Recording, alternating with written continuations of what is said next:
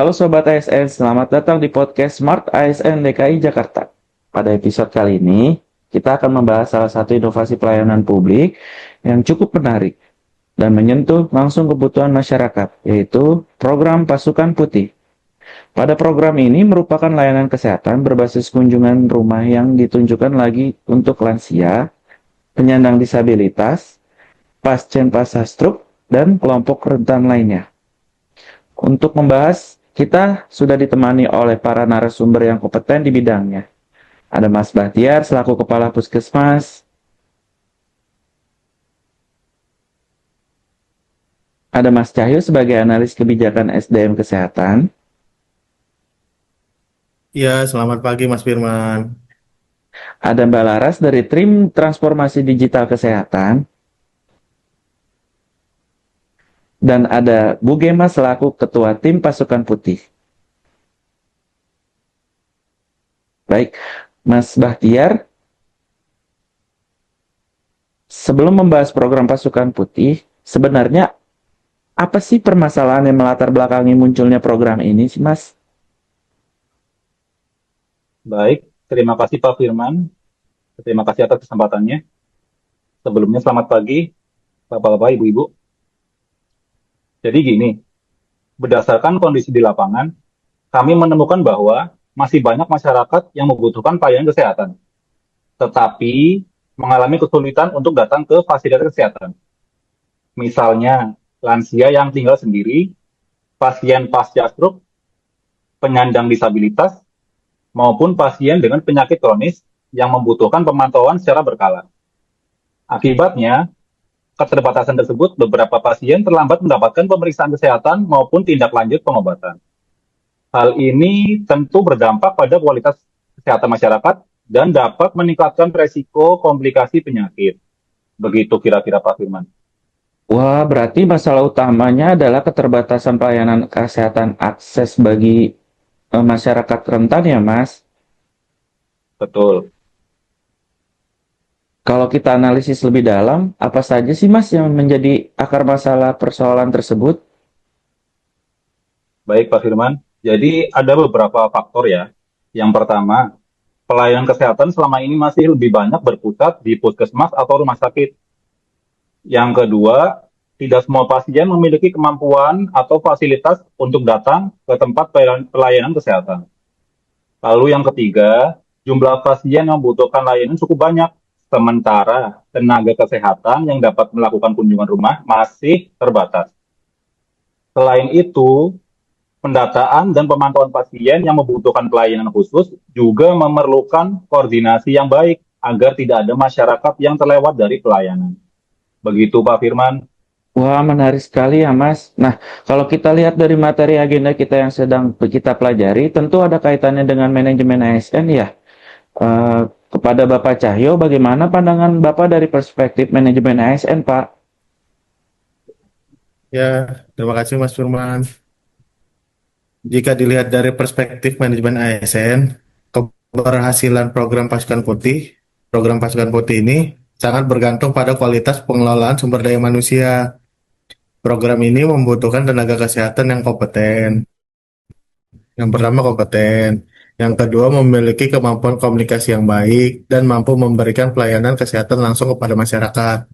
Selain itu, perlu penempatan pegawai yang tepat sesuai kompetensinya, pembagian beban kerja yang proporsional, serta pengembangan kompetensi yang melalui pelatihan yang berkelanjutan.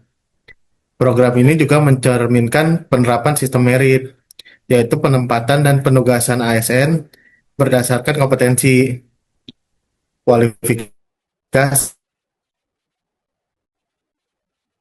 dan kinerja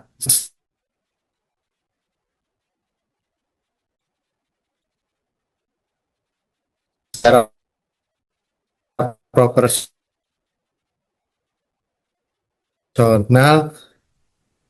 Proporsional. Wah, berarti pengelolaan ASN menjadi faktor penting dalam keberhasilan program ini ya, Pak? Nah, Ya, ya seperti baik. itu Mas Guru. Oh, baik-baik. Nah, sekarang saya beralih ke Mbak Laras. Bagaimana sih, Mbak, program Pasukan Putih ini jika dilihat dari perspektif Smart ASN? Terima kasih Pak Firman. Menurut saya, program Pasukan Putih ini merupakan contoh nyata implementasi Smart ASN. Karena ASN tidak hanya menunggu masyarakat datang untuk dilayani, tetapi mampu berinovasi dan juga menghadirkan pelayanan yang lebih dekat dengan kebutuhan masyarakat. Program ini juga dapat diperkuat melalui pemanfaatan teknologi digital, Pak Firman. Misalnya, penggunaan data pasien yang terintegrasi, sistem pelaporan digital, pemantauan kunjungan secara real time, hingga koordinasi antar tenaga kesehatan melalui platform digital. Dengan dukungan teknologi tersebut, pelayanan menjadi lebih cepat, tepat sasaran, efisien, dan mudah dievaluasi. Hal ini juga sejalan dengan nilai berakhlak Pak Firman, khususnya berorientasi pelayanan, kompeten, adaptif, dan juga kolaboratif. Wah, menarik sekali ya, Mbak. Jadi kita bisa melihat bahwa keberhasilan program ini Pasukan Putih ini bukan hanya karena adanya tenaga kesehatan yang turun ke lapangan ya Mbak, tetapi juga ada pengelolaan ASN yang baik, serta pemanfaatan teknologi yang mendukung pelayanan publik.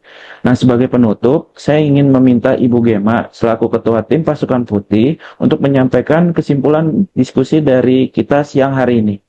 Waktu dan tempat kami persilakan Ibu. Oke, baik. Terima kasih, Mas Firman.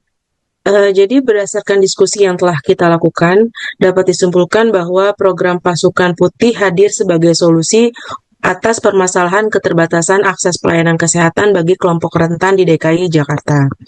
Akar permasalahan yang ditemukan antara lain keterbatasan mobilitas pasien, keterbatasan tenaga kesehatan untuk melakukan kunjungan rumah, serta perlunya pendataan dan koordinasi yang lebih optimal ya, Mas Firman.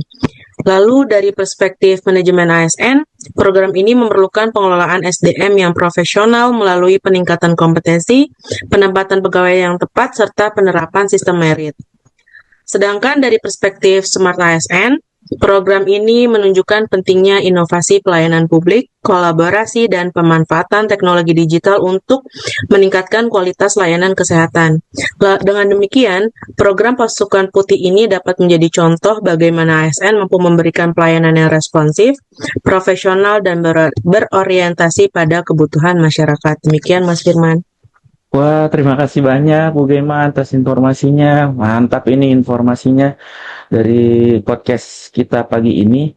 Terima kasih juga kepada Mas Bahtiar, Mas Cahyo, dan Mbak Laras atas diskusi yang sangat menarik ini. Wah, ini narasumbernya baik-baik, bagus-bagus informasinya. Baik, saya Firman pamit undur diri. Sampai jumpa di podcast Smart ASN berikutnya. Salam berakhlak, salam ASN, dan salam melayani. Bye-bye.